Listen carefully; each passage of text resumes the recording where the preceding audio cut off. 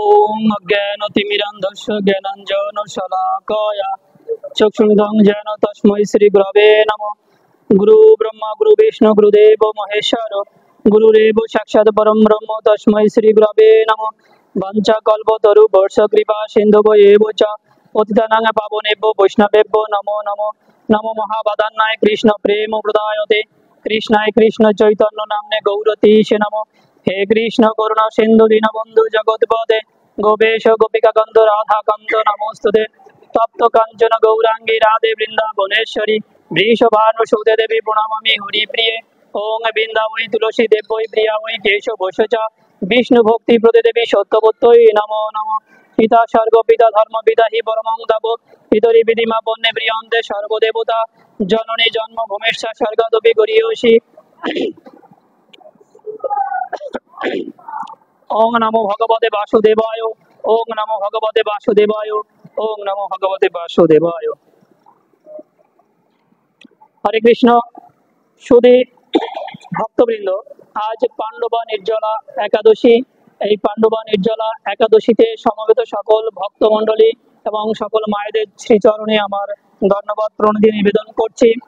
আমরা সত্যি আজ এক পুণ্যময় তিথিতে এখানে সমবেত হয়েছি।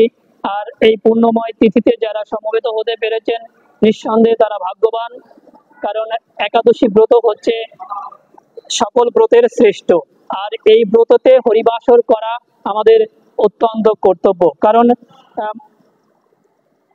সাধু সঙ্গ সর্বশাস্ত্রে কয় লবমাত্র সাধু সঙ্গ সর্বতীর্থের ফল। তাই একাদশী ব্রতের সবচেয়ে বিশেষ মুহূর্তগুলো হচ্ছে সাধু সঙ্গে আমাদের সময় নির্বাহ করা। কারণ কি বলা হচ্ছে যে একাদশী ব্রতে উপবাসের কথা। আমি আগেও বলেছি যে উপবাস শব্দের অর্থ হচ্ছে উপ মানে হচ্ছে নিকটে, বাস হচ্ছে অবস্থান। উপবাস শব্দের অর্থ হচ্ছে ভগবানের নিকটে অবস্থান। তো ভগবানের নিকটে অবস্থান করার আমাদের সবচেয়ে সহজ কৌশল হচ্ছে ভক্ত সঙ্গ করা। কারণ এই কলিযুগে আমরা সরাসরি ভগবানকে কখনো প্রত্যক্ষ তার উপস্থিতি অনুভব করতে পারি না। উপস্থিতি অনুভব করতে পারবো সাধু সঙ্গ এবং মহতের কৃপা ছাড়া কখনো সেটা সম্ভব নয়। আমরা যদি দেখা যাচ্ছে মানব জীবনে তিনটি জিনিস অত্যন্ত দুর্লভ। এক হচ্ছে কি ঈশ্বর প্রাপ্তির আকাঙ্ক্ষা, দুই হচ্ছে এই যে মনুষ্য দেহ লাভ করা, আর তিন হচ্ছে মহতের কৃপা লাভ। এই তিনটে জিনিস অত্যন্ত, এই তিনটে জিনিসকে বলা হচ্ছে মনুষ্য জীবনে সুদুর্লভ। কি? যে ঈশ্বর প্রাপ্তির আকাঙ্ক্ষা, অর্থাৎ আপনার মধ্যে যদি সেই ঈশ্বরের প্রাপ্তি বা ঈশ্বরকে পাওয়ার আকাঙ্ক্ষা না থাকে, তাহলে আপনি মানুষ হয়ে জন্মগ্রহণ করে আপনি কি হলেন? যে ঈশ্বরকে কথা দিয়ে এসেছেন যে ভজিব বলে সংসারে আমি যাচ্ছি, তা সেখানে এসে যদি আপনি সেই বৃক্ষ সম হয়ে ভগবানকে ভুলে যান, তাহলে তো আপনি সেই গাছ লতা পাতা তারপরে বিভিন্ন পশু পাখির মতোই হয়ে গেলেন। কারণ অন্যান্য জীবকুল দেখেন সরাসরি ঈশ্বরকে বন্দনা করতে পারে না, ঈশ্বরের গুণকীর্তন করতে পারে না। এই জন্যে আমাদের এই মনুষ্য জীবনের সবচেয়ে মূল উদ্দেশ্য হচ্ছে ভগবানকে প্রাপ্তি বা ভগবান প্রাপ্তির বাসনা থাকতে হবে। আমরা যে ভগবানকে পাবো এই আশাটুকুই আগে আমাদের থাকতে হবে। আর সেই আশাটুকু যদি আমাদের মধ্যে থাকে, তাহলে কি ওই যে সাধু সঙ্গ, তারপরে কি এই যে বিভিন্ন ব্রত, এইগুলো অত্যন্ত দরকার। কারণ কি আপনার আত্ম যদি শুদ্ধি না হয়, আপনি নিজেকে যদি সেইভাবে শুদ্ধ করতে না পারেন, তাহলে ভগবানকে কখনো পাওয়া বা ভগবানের চিন্তাও আপনার মধ্যে কখনো আসবে না। কারণ কি ভগবান হচ্ছে আমাদের মধ্যে সব সময় আমাদের হৃদয়ে অবস্থান করবে। তা সেই হৃদয়ে যদি অবস্থান করাতে হয়, তাহলে আমাদের হৃদয়টাকে নির্মল যদি না হয়, তাহলে ভগবান কখনো আমাদের হৃদয়ে অবস্থান করবে না। তো যেমন একটা জিনিস চিন্তা করেন যে পরমেশ্বর ভগবান শ্রীকৃষ্ণের শ্রেষ্ঠ অবদান হচ্ছে কি শ্রীমদ ভগবত গীতা। এই গীতার মুখ্য যোগ হচ্ছে কি সেই সর্বশেষ অধ্যায়, অর্থাৎ অষ্টাদশ অধ্যায় হচ্ছে মোক্ষ যোগ। এই মোক্ষ যোগে 72 নম্বর শ্লোকটা হচ্ছে ভগবান শ্রীকৃষ্ণের সর্বশেষ মুখ নিঃসৃত উক্তি। এই যতগুলো শ্লোক তিনি বলেছেন গীতাতে অর্জুনকে উদ্দেশ্য করে, অর্থাৎ শুধু অর্জুনকে নয়, অর্জুনকে লক্ষ্য করে আমাদের জগৎবাসীর জন্য, জগৎ জীবের জন্য তিনি 574টি, সম্ভবত না 574টি না 574টি শ্লোক তিনি বলেছেন। তার মধ্যে শেষ শ্লোক হচ্ছে কচ্ছি দেতং শ্রুতং পার্থ তৈকাগ্রেণ চেতসা কচ্ছিদ অজ্ঞান সম্মোহ প্রণষ্টস্তে ধনঞ্জয়। বলছে কি, হে পার্থ, হে ধনঞ্জয়, তুমি একাগ্র চিত্তে এই গীতা শ্রবণ করেছো কি? তোমার অজ্ঞান জনিত মোহ বিদূরিত হয়েছে কি? দেখেন এতক্ষণ যতগুলো শ্লোক বলেছে সব কিন্তু তিনি বর্ণনামূলক, মানে তিনি বিবৃতি দিয়েছেন, বিভিন্ন কথা বলেছেন অর্জুনকে বোঝানোর, অর্জুনের যে মোহ ছিল সেইটাকে দূর করার জন্য তিনি বিভিন্ন জ্ঞান দান করেছেন। একদম শেষ শ্লোকে এসে প্রশ্ন করেছেন, এর আগে কিন্তু কখনো প্রশ্ন করেননি। এই শেষ শ্লোকে এসে প্রশ্ন করেছেন। কি প্রশ্ন করেছেন? যে তুমি হে পার্থ, হে ধনঞ্জয়, তুমি একাগ্র চিত্তে এই গীতা শ্রবণ করেছো কি? তোমার অজ্ঞান জনিত মোহ বিদূরিত হয়েছে কি? তার মানে কি, গীতা জ্ঞান শ্রবণ করতে গেলে আমাদেরকে আগে সেই যোগ্যতা অর্জন করতে হবে।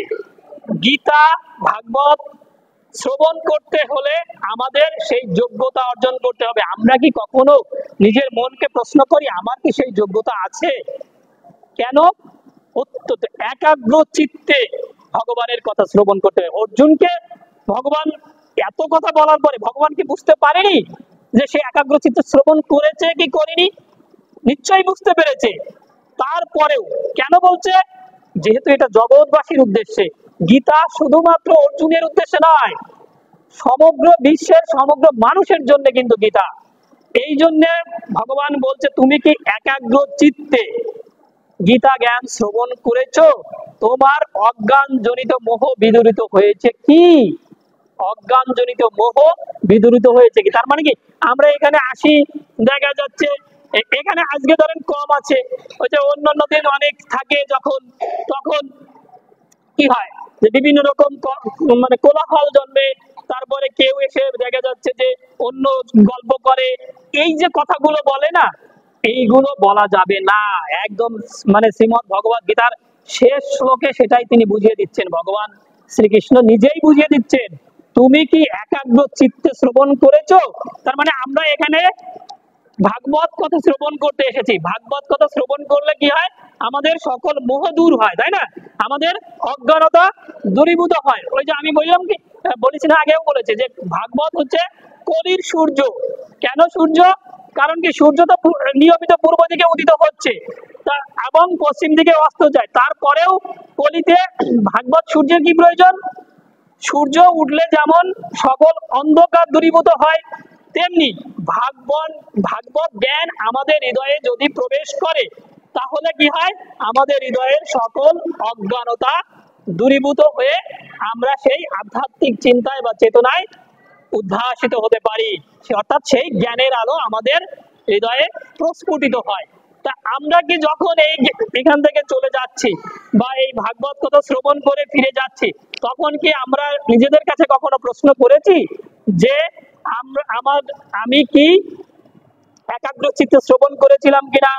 তারপরে যে ধরেন এখানে যে এর আগের দিন আমাদের যে প্রভুরা আসেন, বিভিন্ন বিদগ্ধ ভাগবত পাঠকরা আসে, সেই পাঠ শুনে যাওয়ার সময় আমরা কখনো চিন্তা করেছি কি যে আমি এই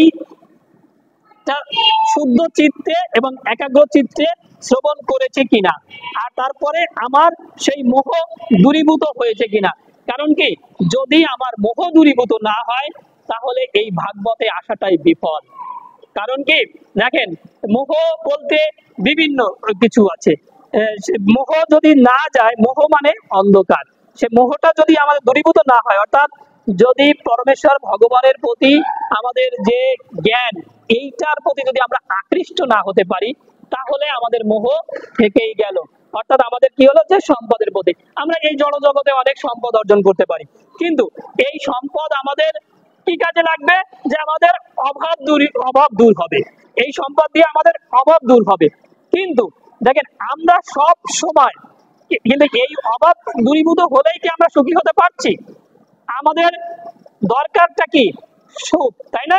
সংসার জীবনে আমরা সবাই চাই সুখ, কিন্তু শুধু অর্থের দ্বারা কখনো সুখ প্রাপ্তি হয় না। কি সুখ প্রাপ্তি কিভাবে হয়? সুখ প্রাপ্তি হয় কিভাবে? যে কৃষ্ণ বলে যেই যে বনাদি বহির্মুখ, অতএব মায়া তারে দেয় সংসার দুঃখ। অর্থাৎ আমরা যখন কৃষ্ণকে ভুলে যাই তখন আমাদের মধ্যে এক ধরনের মায়া, অর্থাৎ অন্ধকার এসে যায়, আর আমরা কি অসুখে ভুগতে থাকি। তা অসুখ কিভাবে দূরীভূত হয়? এই যে কোনো অসুখ হলে আমরা কার কাছে যাই? ডাক্তারের কাছে যাই। ডাক্তারের কাছে না গেলে আমাদের রোগ বা মানে অসুখ যায় না। তা অসুখ যদি ডাক্তারের কাছে না গেলে যায় না, তা আমরা যে অসুখের চেয়ে বড় যে অসুখে ভুগছি, ভব রোগ আমাদেরকে সব সময় আষ্টে পিষ্টে রাখছে। এই যে রোগ, এই ভব রোগ থেকে মুক্তির জন্য আমাদের কোথায় যেতে হবে? কার কাছে যেতে হবে? নিশ্চয়ই সেই সাধু সঙ্গে আসতে হবে। এই সাধু সঙ্গে না আসলে সেই আমরা ভবরোগ থেকে মুক্ত হতে পারবো না। আমরা যখনই সেই সাধু সঙ্গে যাব, সাধু সঙ্গে গেলে আমাদের কি হবে? যে ঈশ্বরের প্রতি আমাদের একটা, এই যে আমি এখানে ধরেন শ্রীমদ্ ভগবত গীতার কথা বললাম, এই যে শ্লোকটা আপনারা শুনলেন, স্যার আমাদেরকে সুন্দর করে গীতার একটা অধ্যায় পাঠ করে শোনালেন। তো এই পাঠ শ্রবণ যদি আমাদের বিন্দুমাত্র কাজে না আসে, তাহলে কি হলো? যে আমরা সেই যে তিমিরে ছিলাম সেই তিমিরেই থেকে গেলাম। তো আমাদেরকে আসলে এই জ্ঞান অর্জন করতে হলে যে মানে ভগবান শ্রীকৃষ্ণ যে কথা বলছিলেন, দেখেন ওই যে শ্লোকটা, তার আগে কিন্তু ভগবান আরো একটা শ্লোক বলেছিলেন। সেটা কি? সেখানে বলছেন শ্রদ্ধা ভান শ্রীয়স্য শ্রীনু আদপি ও নর সোহপি মুক্ত শুভ সুবল্ল কানো প্রাপ্য আত পুণ্য কর্ম নাম। অর্থাৎ বলছে কি, শ্রদ্ধাবান ও অসুয়া রহিত যে মানুষ গীতা শ্রবণ করেন তিনিও পাপ মুক্ত হয়ে পুণ্য কর্মকারীদের শুভ লোক সমূহ লাভ করেন। তাহলে দেখেন কি বলছে, যে শ্রদ্ধাবান ও অসুয়া রহিত হয়ে যে মানুষ গীতা শ্রবণ করেন তিনিও পাপ মুক্ত হয়ে পুণ্য কর্মকারীদের শুভ লোক সমূহ লাভ করেন। কিন্তু আমাদের যে পুরো মুক্তি, সেটা মুক্তির জন্য আমাদেরকে অবশ্যই কি করতে হবে?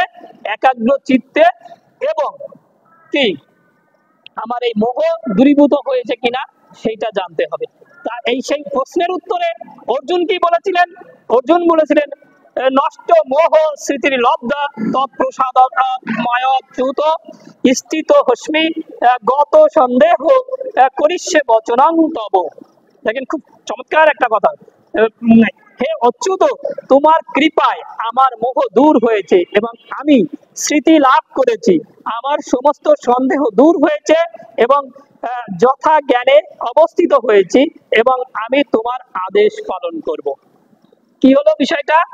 যে আমি তোমার কৃপায় আমার অজ্ঞানতা দূরীভূত হয়েছে এবং আমার স্মৃতি লাভ হয়েছে। আরো কি বলছে? শেষে বলছে আমি তোমার আদেশ পালন করব।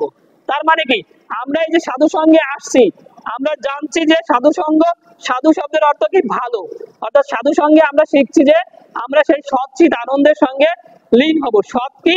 সেই পরব্রহ্ম, সেই পরব্রহ্মের সাথে। তাহলে সেইটা যদি আমরা চিন্তা করি, তাহলে তো আমাদের আর কোনো অসৎ কর্ম করার চিন্তা আমাদের থাকবে না। অর্থাৎ সেই ভগবানের আদেশ যদি পালন করার কথা আমরা, এই যে ভগবানকে মানে তার উত্তরে বলছে যে আমি কি বলছে, যে হে ধনঞ্জয়, এই যে হে অচ্যুত, তোমার কৃপায় আমার মোহ দূর হয়েছে এবং আমি স্মৃতি লাভ করেছি। আমার সমস্ত সন্দেহ দূর হয়েছে এবং যথা জ্ঞানে অবস্থিত হয়েছি। এখন আমি তোমার আদেশ পালন করব। তোমার আদেশ পালন করব মানে কি? ভগবান আমাদেরকে যেটা বলেছেন সেইটা পালন করতে। এইটা শুধু অর্জুনের কথা নয়, এই কথাগুলো আমাদেরও। মানে আমরা অবশ্যই সেই ভগবানের আদেশ পালন করব, এইটা আমাদেরকে জানতে মানে মানতে হবে বা জানতে হবে। তাই যদি না করি, তাহলে এই যে আমাদের একাদশী ব্রত করলাম, সাধু সঙ্গ করলাম, তারপরে এখানে এসে আমরা নাম কীর্তন শ্রবণ করলাম, এর সবকিছুই কিন্তু বৃথা হয়ে যাবে। তাই দেখা যাচ্ছে যে এই আমাদের মানে কি, আমরা কলিযুগের মানুষ, আমাদের মধ্যে কিন্তু মোহটা বেশি। মোহচ্ছন্ন মানুষ, জাগতিক উন্নতি সাধন আমরা কিন্তু এই চিন্তাতেই বেশি ব্যস্ত। মানে কি, কিভাবে ধন সম্পদ অর্জন করা যায়, কিভাবে আমার পরিবার পরিজন ভালো থাকে, তারপরে দেখা যাচ্ছে যে আমার কিভাবে অর্থ সম্পদের উন্নতি হয়, এইসব বিষয় নিয়ে কিন্তু এই জড় ঐশ্বর্য লাভের চেষ্টায় কিন্তু আমরা ব্যস্ত আছি। কিন্তু এই যে অর্থনৈতিক উন্নতি সাধন করছি, কিন্তু আমরা কি এই জড় জগতের থেকে মানে মুক্ত হতে পারছি? জড় জগতের বন্ধন থেকে কি মুক্ত হতে পারছি? আর এইটা যদি মুক্ত হতে না পারি, তাহলে তো আমাদের সেই পরমেশ্বর ভগবানের চরণে কখনো মানে মানে আসক্তি জন্মাবে না। মানে আসক্তি থাকলে আমাদের সেই পরমেশ্বর ভগবানের চরণে আসক্তি জন্মাতে হবে। একটা ছোট একটা মানে গল্প মনে পড়ে গেল। সেটা হচ্ছে কি, একজন সাধু তার কয়েকজন ৩-৪ জন শিষ্য নিয়ে যাচ্ছে তীর্থ ভ্রমণে। এখন সে সে ওই সাধু মানে ট্রেনে যখন উঠবে, তখন সে প্রথম শ্রেণীর কামরায় টিকিট করেছে। প্রথম শ্রেণীর কামরায় টিকিট করেছে। এখন ওই কামরায় আরো একজন ধনাঢ্য ব্যক্তি, সেও তার চাকর বাকর নিয়ে যাচ্ছেন, তারও সেও ওই একই কামরায় টিকিট করেছে। এখন ওই সাধুর যাচ্ছে তার ৬টা ব্যাগ, সাধুর 6টা ব্যাগ। এখন ওই যে ব্যক্তি যাচ্ছেন, ব্যবসায়ী ধনাঢ্য ব্যক্তি, উনি তো জড় জগতের চিন্তায় মানে জড় চিন্তায় তিনি মহাচ্ছন্ন। এখন ওই যে সাধুকে দেখে বলছে, মানে ওই সেই জড়জগতের যে ব্যক্তি, উনি মনে করছেন যে ইনারও 6টা ব্যাগ, আমারও 6টা ব্যাগ। ইনি একজন সাধু ব্যক্তি হয়ে প্রথম শ্রেণীর কামরায় টিকিট করেছে, আমিও প্রথম শ্রেণীর কামরায় এসি রুমে টিকিট করেছি, তাহলে আমার মধ্যে আর ওনার মধ্যে তেমন তো কোনো পার্থক্য নাই। আমি মানছি আমি একজন ভোগী, তাহলে সাধু সেও তো ভোগী। এইবার এই কথা কিন্তু মনে মনে উনি সব সময় এই কথাই ভাবছে, কিন্তু সাধু তো বুঝতে পেরেছেন যে হয়তো আমাকে নিয়ে উনি এই চিন্তা করছেন। কিছু দূর যেয়ে যখন একটা স্টেশনে গাড়ি থামলো, তখন ওই সাধু ওই সেই ধনাঢ্য ব্যক্তিকে বলছেন, চলেন আমরা একটু মানে বাইরে ঘুরে আসি, ট্রেন তো এখানে কিছুক্ষণ হল্ট করবে, তো আমরা বাইরে দিয়ে ঘুরে আসি, চলেন। তো সাধু বলছে, যাক, সাধুর সঙ্গে কথা বলার সুযোগ হলো, যাই আমিও ঘুরে আসি, সাধুকে যদি সুযোগ হয় তো আমিও কিছু বলবো। মানে দেখা যাচ্ছে সে উপহাস করার চিন্তা আছে তার মনের মধ্যে, আছে কি সাধুকে উপহাস করবে। কারণ কি, একজন সাধু হয়ে সে প্রথম শ্রেণীর কামরায় এসি রুমে টিকিট করেছে, তারও এতগুলো ব্যাগ, তাহলে এর মধ্যে থেকে তার কি কোনো মোহ গেছে কিনা এর মধ্যে। তো এইবার মোটামুটি ওখানে কিছু সময় কথা হলো, বিভিন্ন বিষয় নিয়ে, কোথায় যাচ্ছে এইসব বিষয় নিয়ে কথা হলো। একটু পরে ট্রেনে হুইসেল দিল, ট্রেন ছেড়ে দেবে, হুইসেল যেই দিল, সে ধনাঢ্য ব্যক্তি বলছে কি, চলেন ট্রেন ছেড়ে দিল। বলছে, যাক, এই ট্রেনটা ছেড়ে দিক, আমরা পরে ট্রেনে যাই আরো কিছু কথা বলি আপনার সঙ্গে। এইবার যেই বলেছে, ওই সাধু ব্যক্তি বলছে, আপনি কি পাগল হয়ে গেছেন? সরি, ওই ধনাঢ্য ব্যক্তি বলছে, আপনি কি পাগল হয়ে গেছেন? ওই ট্রেনের কামরায় আমার 6টা ব্যাগ রয়েছে, ওখানে অত্যন্ত মূল্যবান জিনিস রয়েছে, আপনি কি পাগল? ওইসব এই রেখে তো যাওয়ার মানে সম্ভব না। আসেন, ট্রেন ছেড়ে দিল। কয়, আর একটু দাঁড়াই যাক না, ওগুলো যাক, সমস্যা কি, আবার তো কিনতে পারবেন, সমস্যা কোথায়, আবার কিনে নেবেন ওগুলো। আপনি একজন মানে পাগল না, শুধু আপনি মূর্খ, আপনি থাকেন, আমি গেলাম। সেই সময় সাধু বলছে কি, চলেন আমিও আপনার সঙ্গে আসছি। তারপরে বলছে কি, আপনি কি আপনার উত্তর পেয়েছেন? কিসের উত্তর? যে আপনি ট্রেনে যখন ভাবছিলেন যে সাধুরও 6টা ব্যাগ, আমারও 6টা ব্যাগ, সাধুর সাথে তার সাগরেদ আছে, আমার সাথে আমার চাকর বাকর আছে, তাহলে সাধু আর আমার মধ্যে তফাৎ কোথায়? সাধুর ওই ব্যাগগুলোর প্রতি কোনো মোহ নেই, ওগুলো তার প্রয়োজনে দেখা যাচ্ছে যে ব্যবহার করার জন্য নিয়ে যাচ্ছে, কিন্তু ওই ব্যক্তির মোহ আছে, ওই ব্যাগের প্রতি যে সম্পদ আছে বা অর্থবিত্ত আছে, তার প্রতি তার মোহ রয়ে গেছে। এই জন্য যে আমরা সংসারে থাকবো, সংসার আমাদের অবশ্যই থাকবে এবং সকলের পাশে সকলের সহযোগিতা অবশ্যই, কিন্তু ঈশ্বর চিন্তা আমাদেরকে মুখ্য চিন্তা। এই চিন্তার বাইরে যদি অন্য চিন্তাটা মুখ্য হয়ে যায়, তাহলে আমরা কিন্তু সেই মানে কি জগতে, সেই পারমার্থিক জগতে কখনো উন্নতি লাভ করতে পারবো না। তাই পারমার্থিক জগতে উন্নতি লাভ করতে গেলে আমাদেরকে অবশ্যই সেই ধন সম্পদের প্রতি যে মোহ, তার থেকে ঈশ্বরের প্রতি আমাদের মোহটা আসতেই হবে। এই যে সনাতন গোস্বামীর একটা উক্তি আছে যে বিষয় অভিষ্ট চিত্ত নাং কৃষ্ণ বেশ সুদূরত, অর্থাৎ বিষয়ে আসক্ত ব্যক্তির কৃষ্ণ চিন্তা দূরে থাক, অভিষ্ট বস্তু যদি পশ্চিম দিকে পূর্ব দিকে থাকে সে পশ্চিম দিকে ধাবিত হবে। তা সেরকম যদি আমাদের মানে মোহটা তার প্রতি বেশি হয়ে যায়, তাহলে আমরা কিন্তু সেই ঈশ্বরকে ভুলে যাব। অর্থাৎ ঈশ্বর যদি থাকে পূর্ব দিকে, আমরা পশ্চিম পশ্চিম দিকে যাব ঈশ্বরকে খুঁজতে। তো আমাদের সকলের সুমতি হোক, আপনারা আমাকে আশীর্বাদ করবেন, আমারও যেন সেই ঈশ্বরের প্রতি নতি হয়। আর এই যে আজকে একাদশী ব্রত করছেন যারা, নিঃসন্দেহে ভাগ্যবান, আমাদের এই একাদশী ব্রত সফল হোক সেই প্রার্থনা রেখে আজকের মতো ভাগবত পাঠ এখানেই বিশ্রাম রাখছি। হরে কৃষ্ণ কৃষ্ণ কৃষ্ণ হরে হরে, হরে রাম রাম রাম রাম হরে হরে।